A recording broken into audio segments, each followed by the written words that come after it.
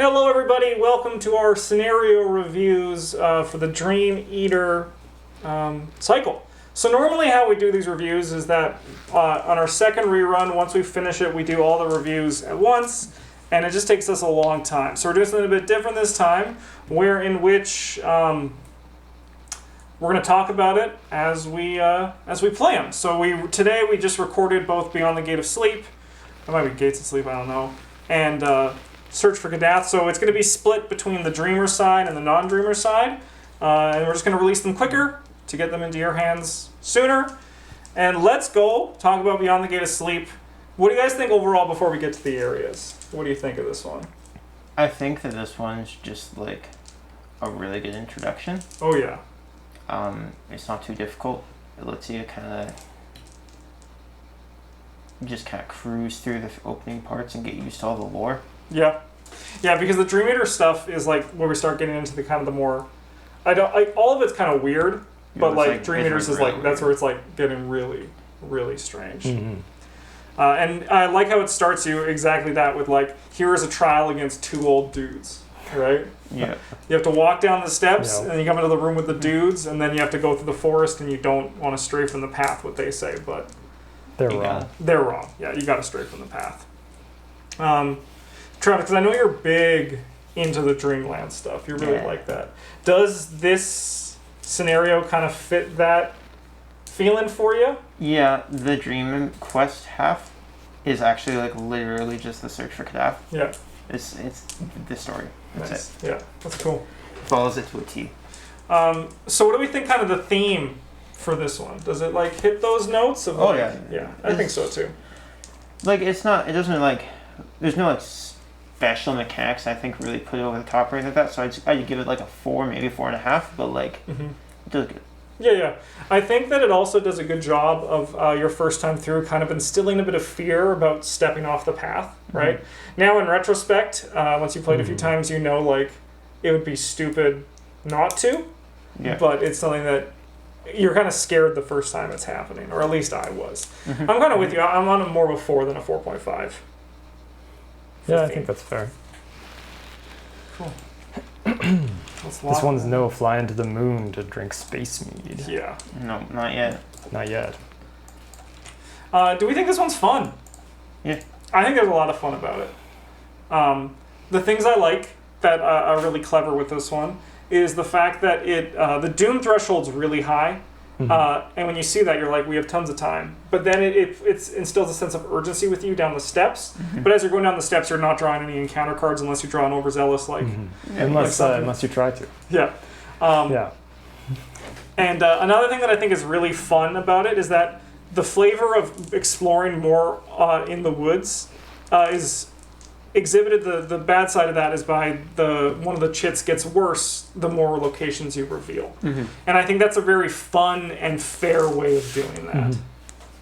I think this one's like, to me, like I'm between like I might get 3.75, but I'm willing to go up or down. I'd hit with a 4. Yeah. Like again, it's really good for what it does. It's really good at introducing you to the cycle. It's not particularly punishing, like it does push you through it, but it feels very fair about it. And then there's nothing that like really makes it like super fun for me. There's nothing that I'm like, man, this is a great mechanic, but also there's nothing unfun about it. Yeah, it's just like it's a good quest. Yeah. How about you, Bryn?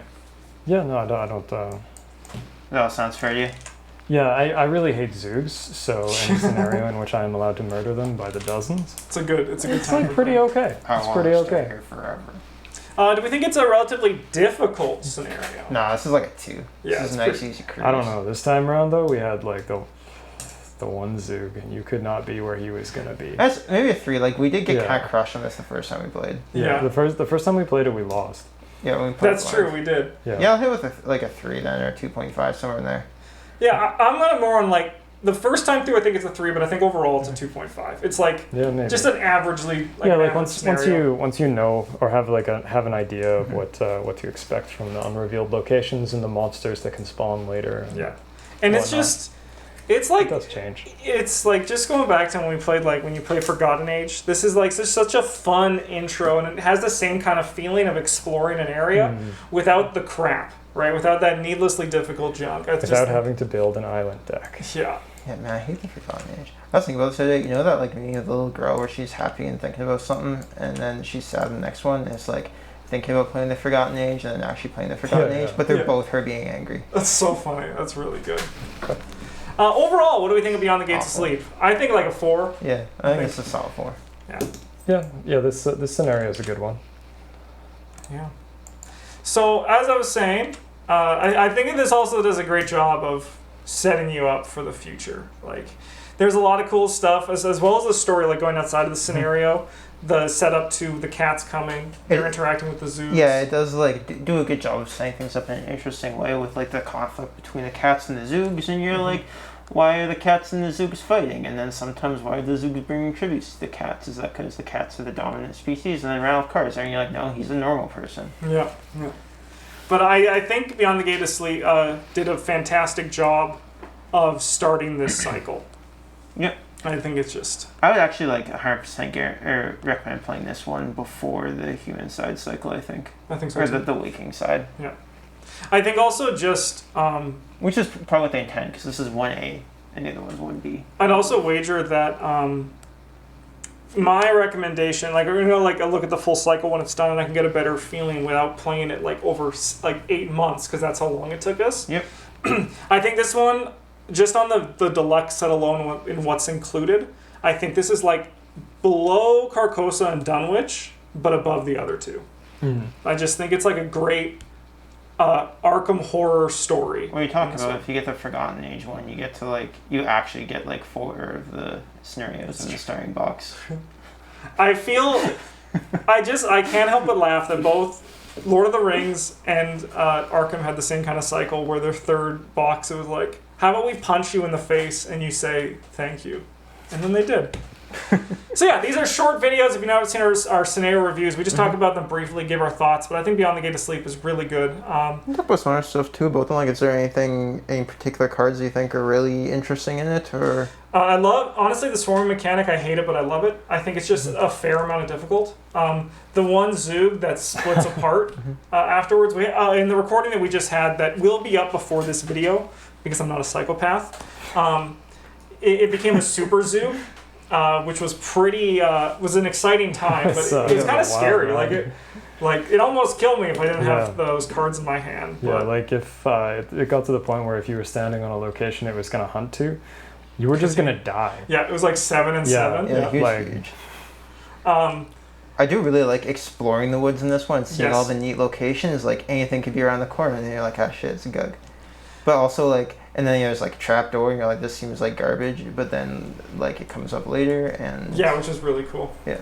I think that another thing that thing really hits well is the beginning actually feels like a trial, because like you're going down the stairs, you enter the cavern of flame, it's hurting you for staying there. Being on the steps is actually a bad thing, so you do really feel like you're working through. So at the beginning, you don't really feel like you have the time to set yourself up as much as you could in other scenarios. But once you get into the Dreamlands, you have a bit of time to breathe, and then you're in normal Arkham again. It's like... You'd also have... like, it does a really good job making you feel like someone who's venturing into the Dreamlands for the first time. I think it's just It's kind of off-putting, but like it doesn't feel dangerous necessarily. Yeah, and it also, as what Travis was saying, exploring the woods is fun because like it brings that sense of wonder and weird that some of the earlier cycles hit on that I feel like the other ones haven't. This one was like a breath of fresh air for me when I first played it, and playing it again now, I think it's still very good, as you can see by this. Like, we didn't have the same amount of hype going into the later scenarios for this one just because of how long it took us, but I remember like when we were first playing this and the cycle was coming out, we were like pumped about playing every scenario. I do think like this might change, and I might be like, people could like be like, haha, Justin, you're wrong, but I do think the Dreamer side is a lot better than the Waking side.